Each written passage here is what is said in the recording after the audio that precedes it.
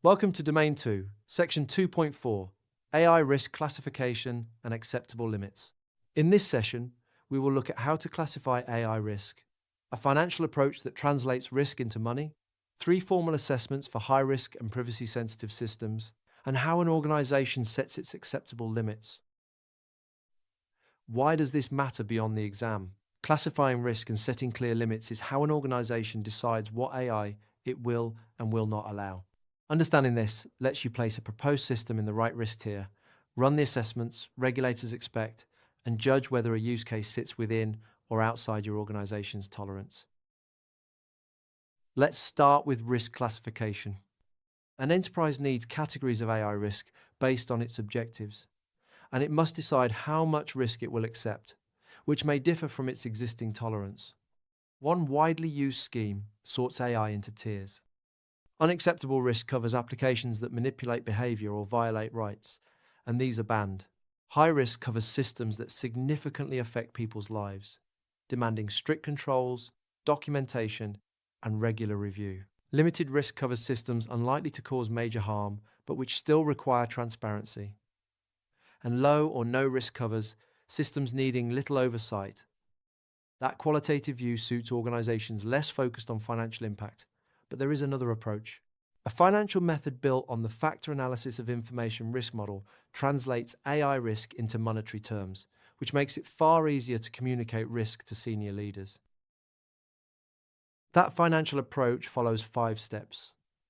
Contextualize, by understanding who the analysis is for and what decision it informs. Scope, by identifying the asset to protect and the threats against it. Quantify, by gathering data to calculate the potential loss for each scenario in financial terms. Prioritize and treat, by ranking scenarios on likelihood and financial impact to decide what to tackle first. And decision making, where stakeholders choose the investments that deliver the best value. Next come 3 formal assessments, and the first is the Fundamental Rights Impact Assessment. Before deploying a high-risk system, especially one used for public services, the European Union's AI Act requires this evaluation to make sure the system does not harm people's rights. It works through a clear set of elements: a description of how the system will be used, the operational details of when and how often, the groups who may be affected, the specific risks to individuals, the oversight measures, including human involvement, and the mitigation plans. It must be completed before first use, updated whenever conditions change, and submitted to the regulator. A privacy assessment is related but narrower because it does not cover the full sweep of rights this one demands. The second assessment is the Conformity Assessment, which demonstrates that a high-risk AI system complies with regulation by examining the provider's quality management system and technical documentation. Think of it as a safety inspection before and after a system goes live. Depending on the system, it can be done internally or by an independent external expert, and a fresh one is needed after any substantial change. Its purpose is to mitigate risk, build trust, and confirm the system is reliable before people rely on it. The third assessment is the Privacy Impact Assessment, which analyzes how personal information is collected, used, shared, and kept. It has 4 goals: confirm compliance with privacy requirements, determine the threats and resulting risk, evaluate protections and alternatives, and prioritize the mitigations. It should follow an established methodology, so it is repeatable, and a new one is needed whenever a change, such as introducing AI, alters how personal data is handled. AI raises the stakes here, because it adds privacy risks beyond the traditional ones. Algorithmic bias that quietly discriminates. Inference risk, where the system deduces sensitive details never explicitly provided, and a lack of explainability that makes compliance hard to audit. And protections applied to data in its original home must follow it into the AI solution.